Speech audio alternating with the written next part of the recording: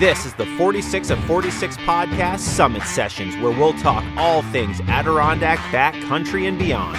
From high peak stories and adventures to trail tips and tricks, we'll dive deep into the heart of these mountains and the people who passionately climb them. Adirondack maps and spruce traps, bushwhacks and backpacks. It's all here on the 46 of 46 Summit Sessions.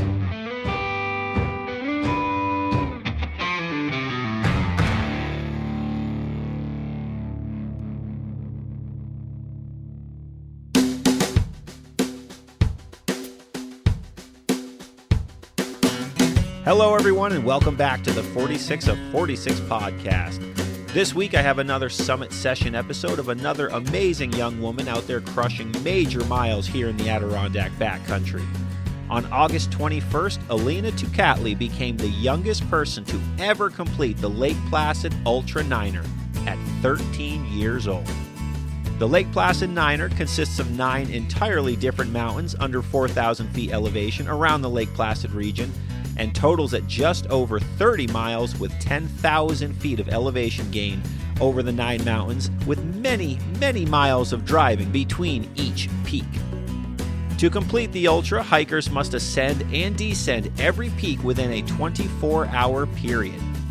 Eleena and her hiking partner and dad, Andrew, began their quest bright and early, or should I say dark and late, at 1:50 a.m. on Mount Joe, and completed their final peak, good old Baxter Mountain, 17 hours and 14 minutes later at 7:04 p.m.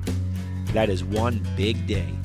So you have to ask yourself, what were you doing when you were 13 years old? Well, Eleena has also recently become an Adirondack 46er and has also completed the Saranac 6'er Ultra as well. The girl is a machine, and she's here tonight to tell us all about her experience becoming the youngest and currently only teenager to ever complete the Lake Placid Ultra 9'er. Eleena, thanks for coming on the show, where you're also now the youngest guest to ever be here on the podcast with me. But congratulations on all your hiking accomplishments, as well as your most recent LP9 Ultra, and thanks for coming on.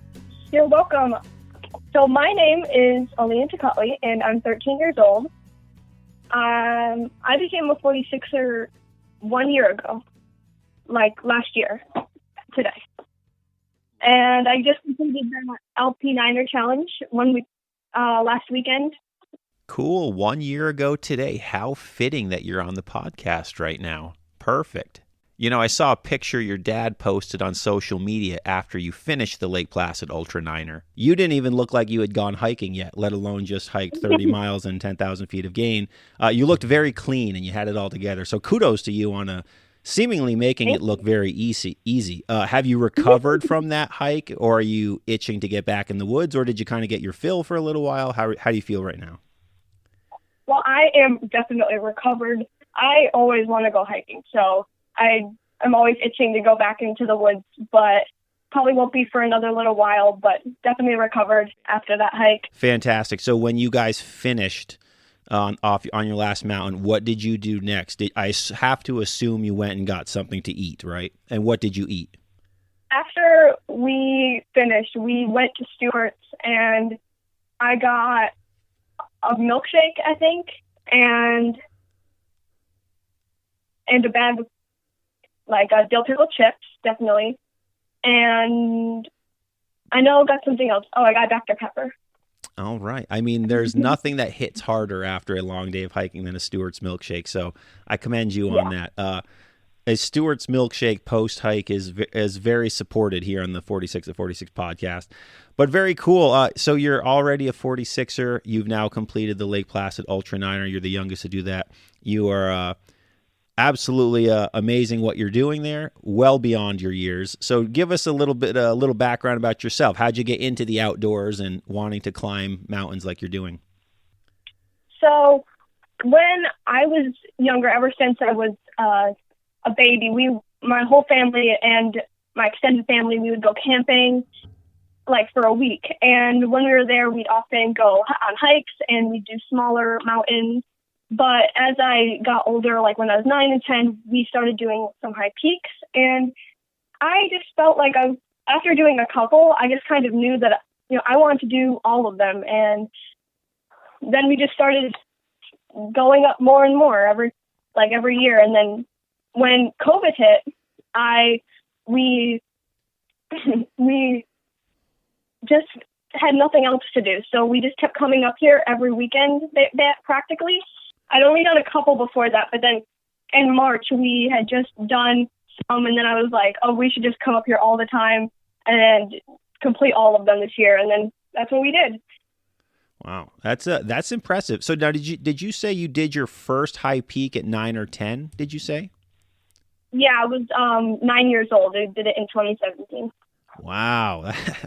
What were you guys listening to the podcast doing when you were 9 years old? That's really impressive. Amazing. Was it Cascade and Porter, or was it something else? No, it was Phelps. We had done Phelps by itself. Okay, cool. 9 years old. Absolutely incredible. Good for you. And good props to your father, too, for taking you out there up these mountains at such a young age. Amazing stuff. Do you have any friends who are also, outdoorsy types like yourself, want to climb mountains or are you kind of a lone wolf in that regard at school? In terms of kids my age that I know of, none of my friends at school really like to hike or anything. So I try to talk to them about it, but, they don't understand. But we did go to Colorado recently, and I got in touch with a girl who actually does like to hike, and we hiked a 14er together. So that was one of my first friends that is also pretty interested in hiking. So very cool. That's good. Was she around the same age as you, I assume? Yeah, she's my age. Very nice. Very cool. That's great. It's not surprising, as someone who grew up here in the Adirondacks, it's not surprising that people your age aren't as interested in hiking. I do remember it was called the Outing Club here in my school, and it was a very small club of people that actually went and hiked. And now, as an adult, I'm like, man, why didn't I take advantage of that? That would have been so enjoyable. But at the time, as a kid, you don't really appreciate it as much. But yeah, amazing stuff what you're doing. So now what's it like hiking with Dad? Who comes up with the plan of where you're hiking next? Do you come up with it and then he comes along, or vice versa? Tell us about that whole dynamic. So it's kind of like collaborative. My dad normally chooses like when we're going to hike because it has to fit into his schedule and he has to drive. But based on like what we do, we have to like kind of agree together as like what we want to hike. But when we did the LP 9'er, I did plan the order and like the schedule and stuff. So that was more of like what I did. And then he kind of like plans the route or like how we're going to like get there and stuff. But it's not just like one or the other. We have to like agree together on what we're going to do. That's amazing that he has a hiking partner like that right at his home like that. It's very cool. It's exciting for me as a dad of two girls and one I take hiking off, and nothing like the high peaks yet. I hope to have that same relationship one day. That's exciting. So let's talk about your 9'er experience. So let's just go right into it. Take us through the day. We'll go mountain by mountain. Tell us how the hike went, how you felt, any maybe specific stories from each mountain. And we'll just start right at the beginning. So you started at 1:50 a.m., you and your dad at the Adirondack Lodge, ready to hike Mount Joe. At that point, what were you feeling and thinking, knowing that you're voluntarily diving into an absolutely enormous day of hiking? How did it feel before you started hiking? So we woke up after like a couple hours of sleep, but like I was super nervous and excited at the same time. So in my head, I was just telling myself that just take it one mountain at a time. Just like go up Mount Joe, and then we'll just go to the next one. You don't have to rush through it. Just take it like one step at a time. So we started Mount Joe at 1:50, and we got up pretty fast. We took the short route, and it took like 20, 25 minutes, and it was pretty cloudy on the summit, honestly. But the moon was super orange, and I was probably super sleep deprived. I don't remember it that much, but it was super fast. It was up, and then you were down. And then we were on to Mount Van Hogenberg, and it was like 3 a.m., a little bit before 3 a.m. at that point. And Mount Van Hogenberg was one of the longer of the day, and it was pretty muddy, especially in the dark. It was like obstacle courses throughout the trail, and there was tons of spider webs. Out of all the trails, this one had the most spider webs, and it was so annoying. But the summit was just gorgeous, and, you know, I started getting a little bit lightheaded. I think I didn't have enough water at that point, but that went away pretty soon. I had some water, and it was all good. Very nice. Were these mountains the first time that you've been like on top of summits in the middle of the night? Or have you done some definitely. night hiking before? I have done night hiking before. I have done some sunrises, but we normally start before the sun comes up. I think this might have been like one of the first times I was on the summit at like 2:00 in the morning. Yeah, that's just the middle of the night at that point. That's not, sunrise hike. It's like, oh, the sun's coming up. No, you're up there in just the middle of the night. It's a totally very unique vibe if you listening have never gone up. I've been on top of a peak and just straight up nighttime. It's a very interesting experience. I highly recommend it. So that was your first time being up there just at that hour. Well, we actually had done one when we did the 6'er Ultra. Sure. When we did ampersand first, so that was pitch black. We couldn't see anything up there when we got to the summit. Other than that, I'm pretty sure it was the first time. Sure. Could you see any views from the sun, from the moon when you were on Mount Joe or Mount Van Hoevenberg? We could see some silhouettes of the high peaks on there, yeah. Cool. But it was pretty cloudy. All right, cool. So Mount Van Hoevenberg was muddy. You got a little lightheaded, but then you finally started to drink some water and whatnot. Mount Joe was a breeze, as it usually is. Now, did you guys kind of use your car as your base camp where you had like most of your water and food there and you would eat during the drives, or did you bring most of your stuff in your backpack as well? So I didn't carry a backpack, but my dad did, and he carried like a little over a liter of water and some snacks on every hike, but I didn't use it most of the time. Just drank some water from his backpack, and then we did use our car as kind of a base camp in the back. We had like a bucket of snacks and everything we needed that we would normally refill when we got back to the car. Mm-hmm. Props to your father for pulling a total dad move by bringing everyone's stuff in his backpack so you don't have to. That's a quality dad right there. Very cool.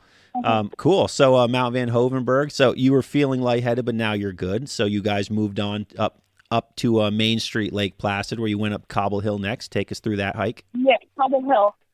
It was just about 5:00, and we had looked at the parking the night before because my dad was worried that we wouldn't be able to find a spot close enough. But then the spot we saw on the side of the road was still open, so we just grabbed that one. And it was honestly super fun. But going up, we could, like, on the flabby part that you probably know, you can see all of Lake Placid lighting up. You just look off, you can see all of Lake Placid because it was still dark at that point. Sure. It's a cool spot on that cobble. That's actually why they call it Cobble Hill. That's like the cobble. Oh, yeah, Lake Placid from there in the middle of the night with all the lights on Main Street and the Olympic Center, and you can see the ski jumps lit up. Yeah, it's a cool spot in the middle of the night for sure. Yeah, it was an awesome view. And then when we got to the top, I don't even think we stopped. We just got to the summit and we just turned around. And then we really just rested at that cobble part with the view for like 30 seconds. It wasn't even that long. And we just like headed back down. It was super fun and fast. Cobble Hill is really fun, and I enjoyed it a lot. Yeah, it's a great little hike. I go up it, probably at least once a week. I just run up that real quick. It's one of those, local type spots where you just want to get into the woods for a minute, so we'll just run up Cobble Hill since it's literally on Main Street. It's a really interesting spot. How long did you guys stay on Van Hoevenberg and Mount Joe for? So you guys are doing this this ultra 24 hours to finish. Did you take breaks on Mount Van Hoevenberg and Mount Joe, or did you kind of do like similar to Cobble Hill where you got up, okay, we're here, take a swig and start back down? Mount Van Hoevenberg, I think we did sit down for a minute because I wanted to like savor the summit because we had been hiking we had like nonstop hikes since the car at that point. But Mount Joe was a pretty quick break. We just caught our breath and then caught a head back down. And I feel like we did that for most of them. We just, just a quick breather and then, we got to head back down. So after Cobble Hill,